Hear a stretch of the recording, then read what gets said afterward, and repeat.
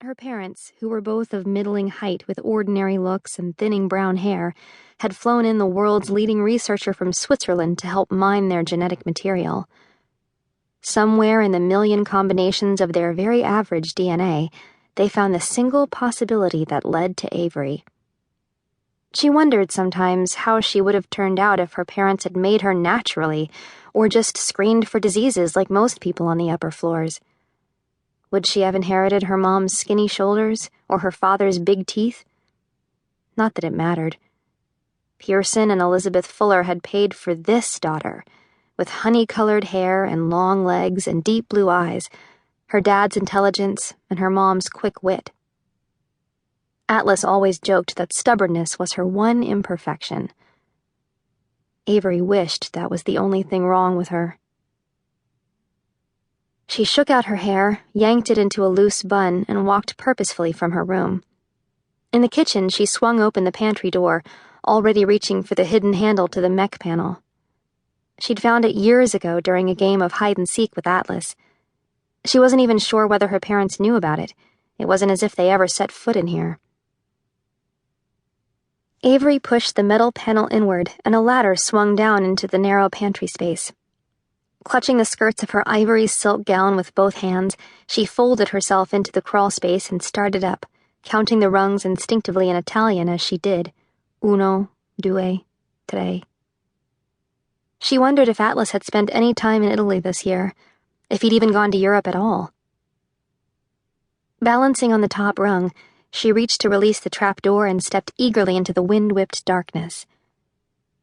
Beneath the deafening roar of the wind, Avery heard the rumbling of various machines on the roof around her, huddled under their weatherproof boxes or photovoltaic panels. Her bare feet were cold on the metal slabs of the platform. Steel supports arced from each corner, joining overhead to form the tower's iconic spire.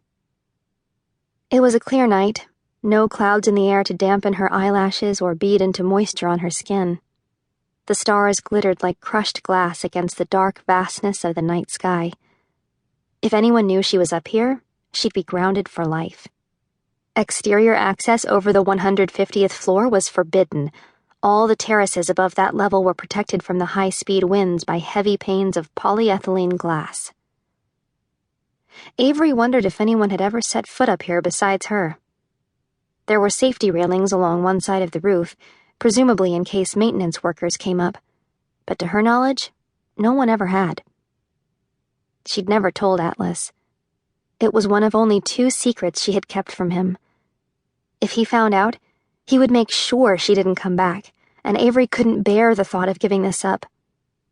She loved it here, loved the wind battering her face and tangling her hair, bringing tears to her eyes, howling so loud that it drowned out her own wild thoughts.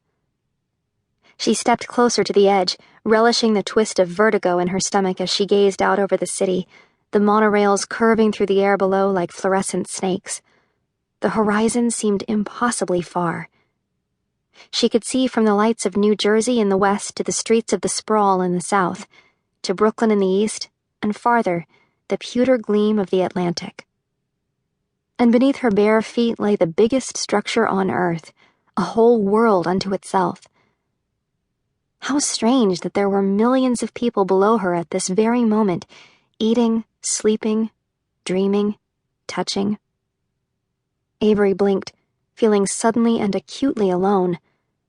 They were strangers, all of them, even the ones she knew. What did she care about them, or about herself, or about anything, really? She leaned her elbows on the railing and shivered. One wrong move could send her over.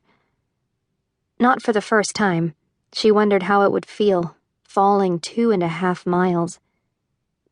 She imagined it would be strangely peaceful, the feeling of weightlessness as she reached terminal velocity. And she'd be dead of a heart attack long before she hit the ground. Closing her eyes, she tilted forward, curling her silver-painted toes over the edge, just as the back of her eyelids lit up, her contacts registering an incoming ping. She hesitated, a wave of guilty excitement crashing over her at the sight of his name. She'd done so well avoiding this all summer, distracting herself with the study abroad program in Florence.